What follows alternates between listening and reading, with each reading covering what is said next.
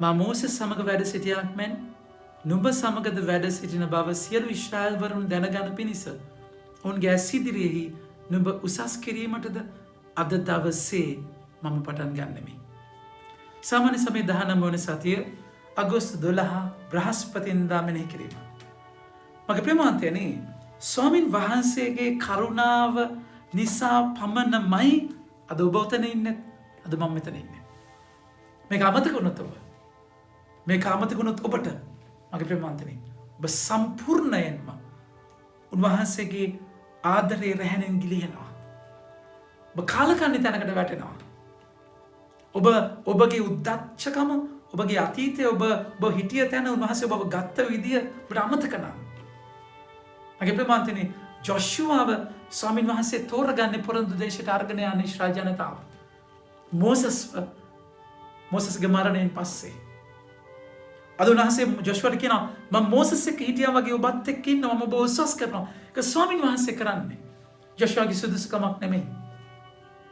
කොහෙද යන කෙනෙක්ව ස්වාමීන් වහන්සේ තෝරලා අරගන්නේ? මගේ ප්‍රේමාන්තයනි, උන්වහන්සේ පේතුරුතුමාව ගත්තේ එහෙමයි. කොහෙද මාළු අල්ලන මිනිස්සෙක්? මොකක්ද වටිනාකම? නමුත් උන්වහන්සේ එතන ගත්තේ උන්වහන්සේගේ කරුණාවෙන්. ඒතර පේතුරුතුමා උන්වහන්සේගේ කරුණාවෙන් ගත්තයින් පස්සේ පේතුරුතුමා කොච්චර ණයගැතියද උන්වහන්සේට? ඒ ණයගැතිභාවයත් එක්ක පේතුරුතුමා කියන ස්වාමීන් වහන්සේ දන්නේ නැහැ කියලා 3 වතාවක්. ජේසු කියන්ති ඔබ දන්නේ නැහැ කියලා කියනවා. පේතුරුතුමා පිළිගන්නේ නැහැ ඒක. එහෙම කියන්තිම 3 පාරක් දන්නේ නැහැ කියලා. මගේ ප්‍රේමතන, මේක තමයි ඔබගේ මගේ යථාර්ථය. ඔබගේ මගේ ඇත්ත. ස්වාමීන් වහන්සේ කියනවා ජේසුස් වහන්සේට කතා කොට සත්වරක් නොව සත්වාරයක්. දැන් මේ සමාවේ සීමාන්තයක් නැහැ.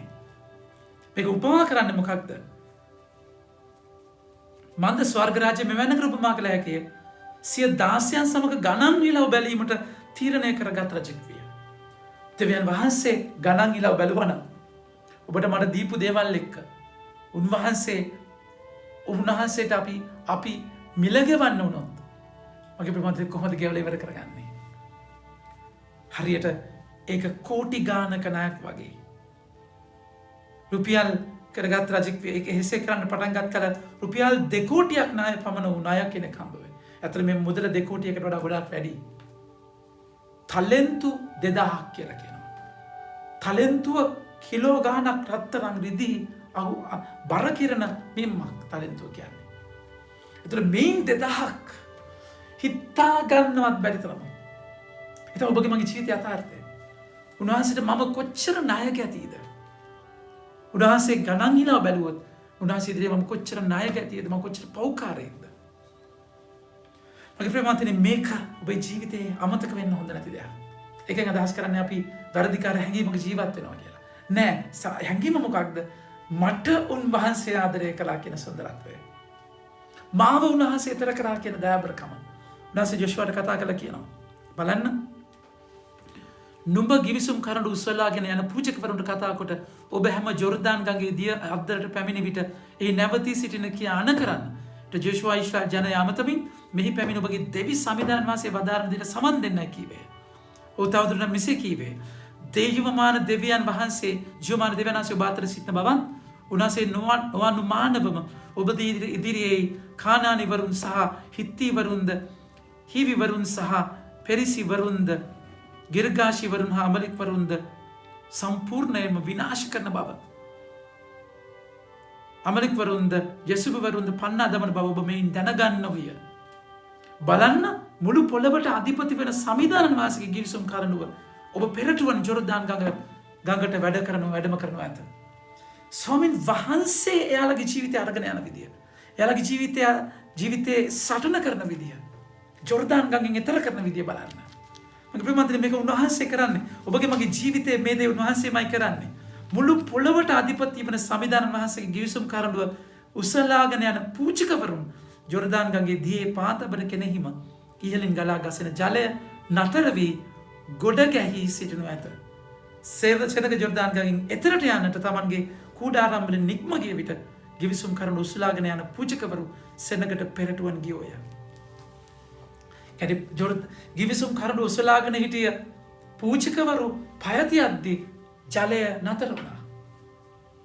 මිනිස්සුන්ට යන්න පුළුවන් වුණා. ස්වාමීන් වහන්සේ ඔබ මාව මොන තරම් තැන්වල එතර කරගෙන යනවද? දැන් ජොෂුවා මේක කියන්නේ. හැබැයි සැබවින්ම ජේසු ජීවිතයේ අපි දකිනවා ජොර්දාන් නදියේ ජේසු ගිලිලා බෞතිස්ම ස්ථාපනය ලබන තැන. ඔබ මගේ ප්‍රියාදර පුතා ඔබ ගැන මම ප්‍රසන්නයි. ඒ වචනයත් එක්ක උන්වහන්සේ ඒ පව් හේදිච්ච ගඟේ ඔබ මාව ඒකේ බැහැලා ඔබට මට මාවත එළිය කරලා ඉවරයි. උන්වහන්සේ මාර්ගයේ ජීවනයේ ඇත්ත මගේ ප්‍රමාදෙනි. ගඟේ නෙමෙයි උන්වහන්සේගේ ජීවිතයෙන් ඒ මාවත එළිය කරලා ඉවරයි. එච්චර ආදරය කරපු ස්වාමීන් වහන්සේ ඒ ආදරය ඔබ අමතක කරලා. ඒකයි පේදුරුතුමාට ජේසුස් කියද්දි පේදුරුතුමා කියද්දි ස්වාමීන් හත්වතාවක් සාමාන්‍ය රග්බි කෙනෙක් සමාව දෙන්න ඕන තුන් වතාවක් කියලා තියෙනවා. පේදුරුතුමා එක දෙකෙන් වැඩි කරලා එකක් එකතු කරලා කතා කරනවා. හත්වතාවක් දුන්න මහතිද ස්වාමීනි.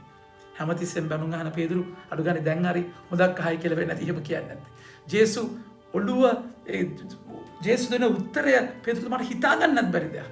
70 වතාවක්. 70 වතාවක්. මගේ ප්‍රේමවන්තනි මේක මේ 70 වැඩි කරලා ගන්න ගාන නෙමෙයි. අසීමාන්තික ලෙස සමාව දෙන්න. මොකද මම ඔබට දීපු සමාවත් එක්ක මම ඔබගේ දක්වපු කරුණාව වමතක කරන්න එපා. මගේ ප්‍රේමවන්තනි ඔබගේ ජීවිතේ ඔබට එක එක දේවල් කියපු, කරපු, රිද්දපු ඒවල ඔබ තාම හිතේ තියාගෙන ඉන්නවනම් ඔබට පේන්නේ ඒක විතරයි. අර මිනිස්සයා ගෙදර එනකොට කෝටි ගානක ණය නිදහස් කරලා ධනින් වැටලා ස්වාමීනි ගෙවනවා කියද්දි තමුන් බිරිඳ දරුවන්ව හිරේ දාන්න තීරණය කරද්දි වහල සමට විකුණන්න බලද්දි ස්වාමියා සමාව දෙනවා. ගෙදර එනකොට රුපියල් 200ක් නාවේ කෙනෙක් අහු වෙන්නේ. එයා බෙල්ලෙන් අල්ලලා දායක වෙනකන් හිරේ දානවා. අමතකයි එයාට දුන්න සමාව. ඒකේ තියෙන ප්‍රීතිය අමතකයි. ඔබට මට අමතකයි. පේදුරුතුමාට අමතකයි. පේදුරුතුමා මේ මෙච්චර මම සමාව ලබන කෙනෙක් කියන එක. ඒ උනාසගේ කරුණාව නැත්තම් ඔබ මම කොහේ නතර වෙන්නද මගේ ප්‍රේමාන්තනේ. උනාසේ මෙච්චර උනාසගේ කරුණාවෙන් ඔබ මම ඊතර කරලා ඔබ මගේ බලාපොරොත්තු වෙන්නේ. මම ඔබට කරුණාව දැක්වුවා වගේ කරුණා කරන්න. එනිසා ඔබට ඒ ඔබ රිද්දපු කෙනෙක්ගේ තරහක් ඔබ හිතේ තියාගෙන ඉන්නවනම් ඒ තරහත් එක්ක බලන්න මගේ ප්‍රේමාන්තනේ. ඔබ කොච්චර උන්වහන්සේව රිද්දනවද? උන්වහන්සේ ඔබට කරපු දේවල් වලට ඔබ කොහොමද ප්‍රතිඋපකාර කරලා තියෙන්නේ? කෘතගුණ දක්වලා තියෙන්නේ? මේක ලොකු ප්‍රශ්නයක්. එනිසායි අද මේ අවධියට ස්වාමීන් වහන්සේ කැඳවන්නේ. නැසෙ ජෝෂියා තෝරගත්තා වගේ ඔබ තෝරගෙන මහා පිරිසක් වෛතර කරන්න. ඔබගෙන් දාබර ඔබ සන්නද්ධ කළබත් එක ඉඳලා තියෙනවා මගේ ප්‍රමාණය. ඉන්නවා. ඒ ආදරය අමතක කරලා ඔබගේ ජීවිතේ අර මිනිස්සයා ගෙදර එද්දි තා එච්චර ස්වාමියා සමාව දුන්නා කියන එක නෙමෙයි. මෙයා රුපියල් 10 රුපියල් 200ක් මට ණයයි කියන එක විතරයි මතක් වෙන්නේ. අර අතීතය පසුබිම සම්පූර්ණයෙන් අමතකයි. ඒකයි උන්වහන්සේ අද කතා කරලා කියන්නේ. 7 වරක් නෙමෙයි. 70ක් පේදුරු. එනිසා ඔබට සමාව ලැබෙනවා කියලා කියන්නේ. ඔබ සමාව දෙන්න අවස්ථාවක් ලැබෙනවා කියන්නේ. ඔබගේ පව් වලට ඔබ සමාව ලබන්න අවස්ථාවක් ඔබ ලබන එකයි. ඒක අපි ස්වර්ගයේ වැඩ සිටින කියන්නේ මට වැරදි කරන අයට මම සමාව දෙනවාසේ මගේ වැරදි වලට සමාව දෙන්න. අසේක ලූකේ 11 මතේ මාකේ 11 කතා කරලා කියන්නේ ඔය යාඥා කර නැගිට යාඥා කර යම් කිසි කෙනෙක් ඔබට අමනාපව ඉන්නවා කියලා දැනගත්තා නම් ඇත්තක විසඳගෙන එන්න. පඬුරු ඔප්පු කරගෙන ඉස්සලා ඇත්තක විසඳගෙන එන්න. එනිසා මේක මා ගැඹුරුක් තනක්. ස්වාමීන් වහන්සේ ඔබට කොච්චර ආදරේද? ඔය ජීවත් වෙන්නේ කරුණාවේ කියන එක මතක තියාගන්න. ඔබගේ ජීවිතයේ ඔබට විරුද්ධව කරන දේදී අර ආදරය ඒ කරුණාව සිහි කරගෙන ඒ පුංචි දේ සමාව දෙන්න. ඒ හර ඔබට සමාව ලැබෙන බව අයිති කරගන්න.